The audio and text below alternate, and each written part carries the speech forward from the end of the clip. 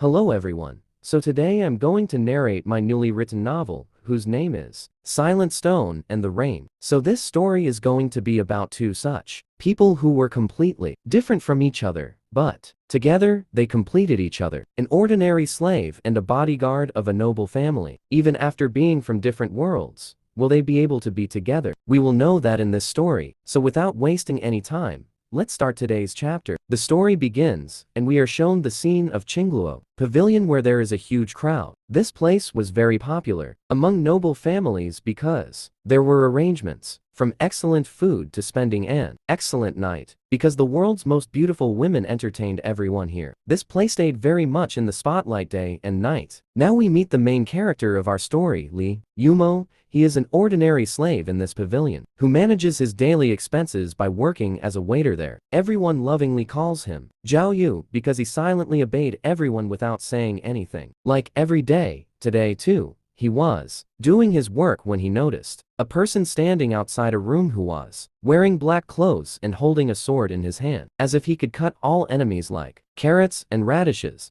Yumo looks at him, but he doesn't have time for all these things right now. He had to go help the head chef. So he immediately reaches the kitchen, where he is given a lot of work, and he becomes busy in that. Now again we are directly shown the scene of the next day, where this time too, Yumo was working, but then his eyes go toward that same room where once again the same person was standing today. He had been noticing that person for many days, so today, finally, he asks his friend about him, on which his friend tells him that that person is the personal bodyguard of the Shen family's second young master. His master Shen Yulong is right now enjoying inside the room, who comes there every day. That's why he keeps the bodyguard outside for his protection. Poor bodyguard stands there from morning till evening without saying anything, without eating anything, without drinking anything. Ending their talk, both of them again get engaged in their own work. From morning till evening, it had become evening. But that man in black clothes was still standing in front of the door. In the evening, Yumo silently passes in front of him, but doesn't say anything, just keeps looking at him with his eyes lowered. Now, the next morning, when Yumo is going towards the pavilion, his eyes fall on this person, but this time, he was not alone. There was another boy with him, who was wearing very good in silk clothes. That boy directly goes into that room again, and outside the room once again, the man in black clothes stands. This time, Yumo decides that he will go and talk to the man in black clothes. He goes to him nervously, and in a very low voice says, "Young master, do you need anything? It is morning, so shall I bring tea for you?" But the man in black clothes does not give any answer to this, and just keeps standing there with his eyes lowered. But now, Yumo didn't see that much courage inside himself that he could ask again, so he immediately leaves from there. Now, it was evening time. The man in black clothes was still standing there, seeing which, Yumo once again goes to him, and smiling says, "Young master, is evening time. Would you like to eat some mooncake?" But the boy in black clothes again does not give any answer, so Yumo leaves from there. Yumo didn't know why, but he wanted to talk to that boy. That's why the next morning he takes 2 bottles of rice wine and once again reaches him. But this time too, he does not get any reply. Yumo slowly started to like doing this. Every day he would take something for him, and then sit there himself and eat it. Sometimes he would tell him about his day, even though he didn't get any answer from the front. But Yumo felt very good sharing his things with him. The next morning, he again goes to him and tries to tell him a joke, but as if the boy in front was made of stone. Not a single smile comes on his face, and tired and defeated, Yumo leaves from there. But the next morning, he comes again, and, smiling, says good morning to the boy in black clothes and gets busy with his work. In this way, many days had passed. One day in the evening, some people enter the pavilion and shouting loudly start calling Yumo's name. As soon as Yumo comes in front of them, they slap him very hard and say, "Your father again took some money from us to gamble. Now, he is not returning it. So he told us to come and take money from you. So now quickly tell us where our money is." Yumo just looks at them once. There were tears in his eyes, as if he knew what was happening here. And he says, "I don't have any money right now. Give me some days, I will return all the money to you." They say to him, "Lil Zhao Yu, we don't have time, so go quickly and somehow bring our money back to us." Yumo begs them and says that right now he has nothing. His father has already sold him to this pavilion. Even after doing your deal, he cannot repay the debt now. Hearing his words, those people get even angrier and start attacking him. But Yumo does not try to defend himself, because he knew he was weak. A very dangerous attack is about to come toward Yumo when suddenly a man comes in between with his sword. It was the same man in black clothes who for the first time had moved away from his place today. He looks very angrily toward those people and says only one thing: just one more step, and here you will be cut into 1,000 pieces. Seeing the anger in his eyes, all those people immediately get scared and run away from there. But Yumo had heard this boy's voice for the first time today, and he was very shocked. After this, the boy in black clothes immediately starts to go from there and goes back to his place. Yumo just stayed sitting quietly. He wasn't understanding anything. He stands up and slowly walking goes toward the boy and first of all thanks him for helping him, and then just leaves from there. Yumo, slowly walking, goes upward and enters a small room on the top floor where a lot of things were kept,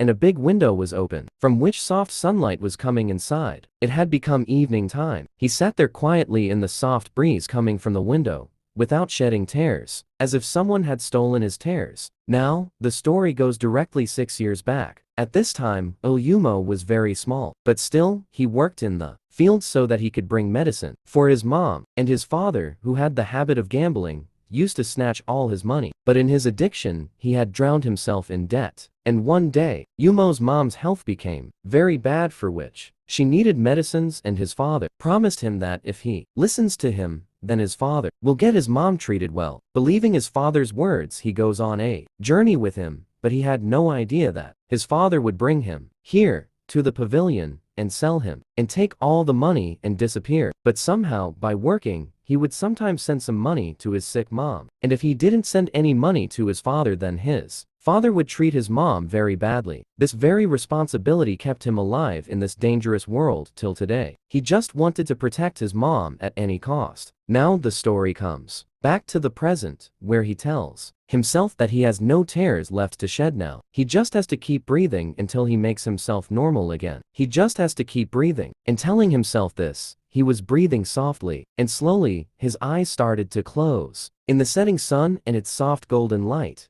Yumo looked exactly like an angel, and his eyes slowly closed. Now, the next scene directly starts at night, where we see moonlight coming inside the room, and Yumo opens his eyes. He sees an oil lamp burning inside the room, and a lady was soaking some cloths in water. Then Yumo in a soft voice says, "Senior sister Ling Zhao, is that you?" Ling Zhao only says this much, that she has applied some medicines. He should just rest. Saying this, she leaves from there, and Yumo, looking at the stars, falls asleep. Now, the next morning after waking up, Yumo gets ready for his work. But today, when he sees the man in black clothes, he avoids his eyes and goes away, even though the man in black clothes did not say anything.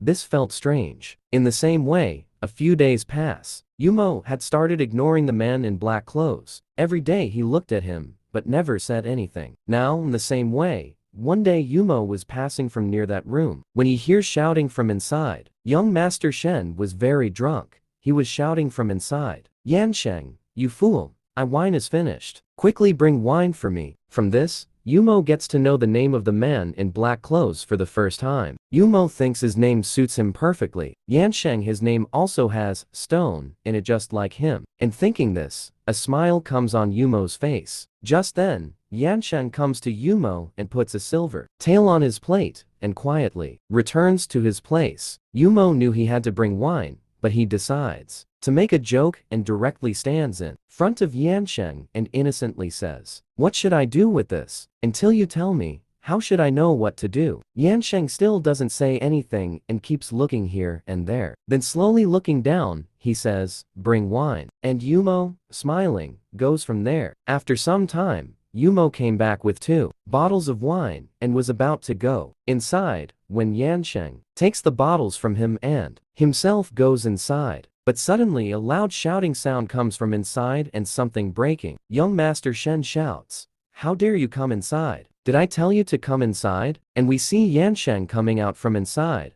There were some injuries on his face. Yumo was shocked seeing all this, but he knew very well how noble family people treat their servants. He goes to Yansheng and says, Jeej, are you okay? But Yansheng does not give him any answer, and quietly stands in his place again. But this time, Yumo was not going to give up so easily. He says, Jeej, you are really evil. For so many days I kept talking to you, kept coming and saying things to you, but you never replied. I even began to think maybe you cannot speak. And you are so bad. You never answered me, and even now, you are not listening to my words. Then Yumo holds his hand and says, come with me for a little while. But Yansheng pulls his hand away and stays silent. From which Yumo got his answer, so he leaves from there without saying anything. And the whole day passes, but Yumo did not come near the room even once. And in this way evening comes, and now, Yumo comes there and gives Yansheng a bottle of medicine and says, apply this, and quietly leaves from there. Now the next morning when he was again doing his work, his eyes fall on Yansheng, coming from the front, who was coming with his second young master Shen. But he was having a little difficulty walking. After that, as always, young master goes inside the room to enjoy, and Yansheng stands in his place to guard. Then Yumo notices the injuries on Yansheng's neck and legs from which blood was coming. This time, he goes to Yansheng, without fear and holding his hands, starts taking him with him. Yansheng tries to pull his hand back and stop,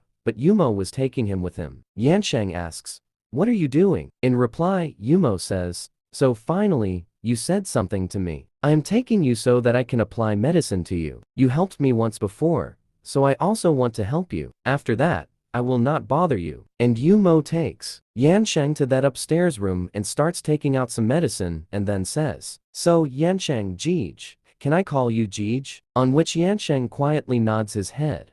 Yes. Then Yumo tells him his name, and says that that day he couldn't thank him properly for helping him. Then he also got angry at him because he never replied to his words. But now that doesn't matter. And Yumo starts applying medicine on Yansheng's face, after which Yansheng removes his outer robe and tries to apply medicine himself. But he was having difficulty in it, so Yumo starts helping him. Then Yansheng says, Yumo, this name is very cute. The meaning of your name is rain, right? On which Yumo says yes, and tells him that he is 19 years old and works here. Yansheng had again become very quiet, on which Yumo says, you don't like me talking too much, you always become silent. On which Yansheng says, I am not used to talking too much. Then we see Yumo suddenly come in front of Yansheng and move forward to apply medicine on the injury on his chest. But suddenly, Yansheng holds his hand and immediately looks away. Yumo says to him, Jeej, only this is left. Let me apply the medicine. After this, I won't stop you or trouble you. On this, Yansheng lets go of his hand, and as soon as Yumo touches Yansheng's chest, Yansheng starts feeling very strange and his face turns completely red. And he immediately takes the medicine bottle from Yumo and pours it on his injury himself and wears his inner robes. After that, Yumo gives Yansheng a bottle of wine to drink, and both of them sit together and look at the beautiful rising sun outside the window. Now, Yumo says, this is my favorite place in this whole pavilion from where I really like the view outside the window. Even though I cannot go into the outside world, sitting here and looking outside gives me hope that maybe one day I will be able to see that world. On which Yansheng says, I don't believe in hope and fate, because what is the use of those things which are only dreams for a few people? Hearing this, a smile appears on Yumo's face and he says, at least because of this hope the desire to live stays inside me, and that is enough for me. And they both look at each other, and Yansheng says, I also want to feel this hope. I also want to know what the desire to live feels like, because my world is completely filled with darkness which has never seen the rising star of hope. His words forced Yumo to smile,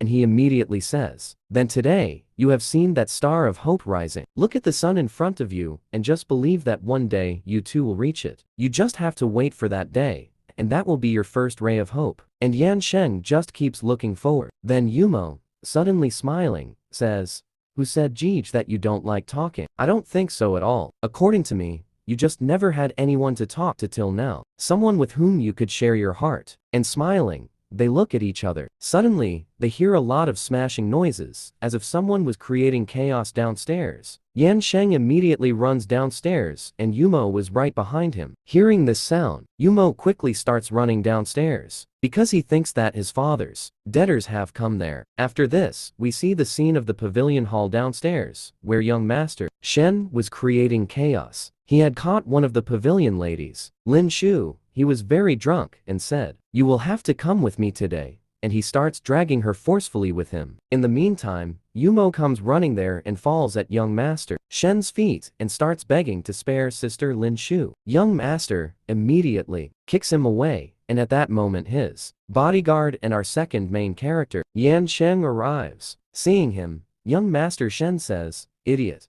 Where were you for so long? How dare you not obey my order? Didn't I tell you that as long as I am inside the room, you must stay outside and stand guard?" On this, Yansheng immediately falls on his knees, and young master Shen tells Yansheng to catch Lady Lin Shu and take her with him. Lady Lin Shu was resisting a lot, and she says, "Young master, I have told you before also that I have no interest in becoming your wife." On this, young master slaps her and says, "How dare a worthless girl like you go against my words? Have you forgotten your status? You are just an ordinary dancer here." But once again, Yumo comes in between and starts begging young master Shen to leave Lingxiu.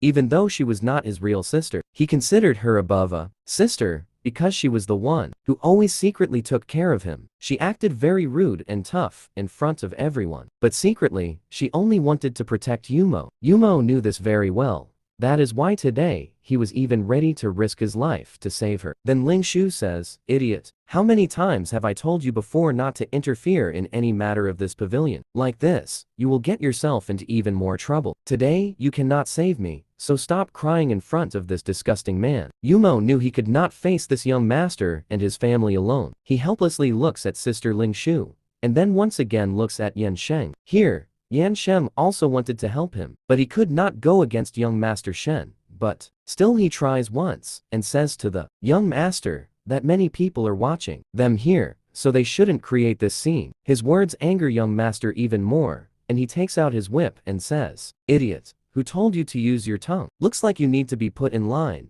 and he directly attacks him with his whip. Here, to save Yansheng, Yumo comes in between and the attack lands directly on him, and he gets badly injured. This made Yansheng very angry, and he goes and directly grabs young master's hand tightly, because of which Lady Ling Shu becomes free and she runs straight to Yumo and starts holding him while crying badly. Before things could get even worse, suddenly, the owner of the pavilion, Mandan Fu, arrives there, and seeing this, she becomes very angry and says, "Young master, don't you think you have crossed the limit today? How dare you come here and create chaos in my pavilion? Does your Shen family think they are the kings here? First you ruined the name of my pavilion and then attacked my people. What punishment should we give you for your mistake?" But young master was still not going to stop. He angrily says, "How dare your worthless pavilion disrespect a young master?" And he angrily looks at all of them. Then, looking at Yansheng, he says, "Today, my dog made the mistake of barking at its master, and you know very well what is done to such uncontrollable slaves." And saying this, he leaves from there. Here, Yansheng knew what was going to happen to him now, but he first goes to Yumo because he had been badly injured by the whip and was having difficulty breathing. Seeing Yansheng worried for him, Yumo says, "Jeej, don't worry, I will get better soon." And then he becomes quiet for a moment and suddenly says, "I want to look at the moon and stars with you right now. I want to see the rising and setting sun with you, and I still have to enjoy all the seasons with you. I want to play with you in the cold. I want to walk in the cherry blossom gardens in spring and sing songs with you. In summer, I want to swim in the rivers. In the rainy season, I want to dance while walking. And in autumn, I want to walk with you, with the falling leaves and go somewhere far away from this world. I want to see that outside world with you, roam every path and every street. And in the end, I want to reach that sun." And before finishing his words, he falls unconscious. But Yansheng had understood his words very well. Tears fall from his eyes, and he takes out a small hairpin from his pocket and puts it on Yumo's head. And leaving his hands, he stands up. He knew that if he had to stop the young master, he would have to face all of this alone. And telling Lady Lingshu to take care of Yumo, he goes after them. And here today's chapter ends.